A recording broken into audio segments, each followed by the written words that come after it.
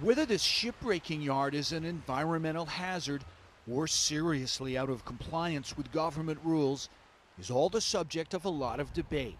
One thing that is clear is Deepwater Recovery's operation on Vancouver Island is an ongoing PR nightmare for its owner. I think what I found is there's a lot of questions to be answered.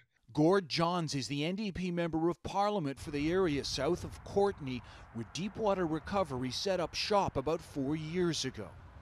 He says few at the time were aware of the scope of the work that would end up happening there, which includes big, derelict ships from abroad that have been hauled up onto the shore to be dismantled.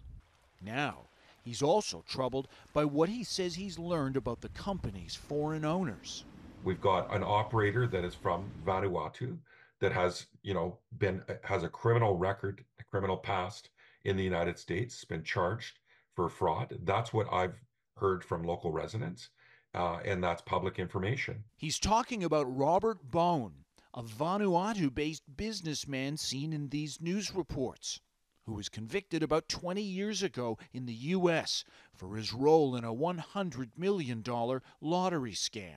Now we have, situation where we have some questionable players, if you want to call it that, coming in and setting up shop in Canada. And why have they targeted Canada? Because of the weak and almost non-existent regulations that we have. But the story gets more complex.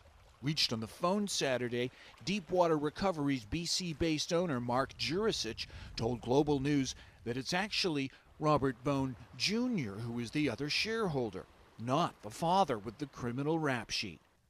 While Jurisic insists his company is following all the rules, MP Johns says it's an example of Ottawa's lax oversight. If Canada doesn't up its game rapidly, we're going to see more and more characters target Canada. Paul Johnson, Global News.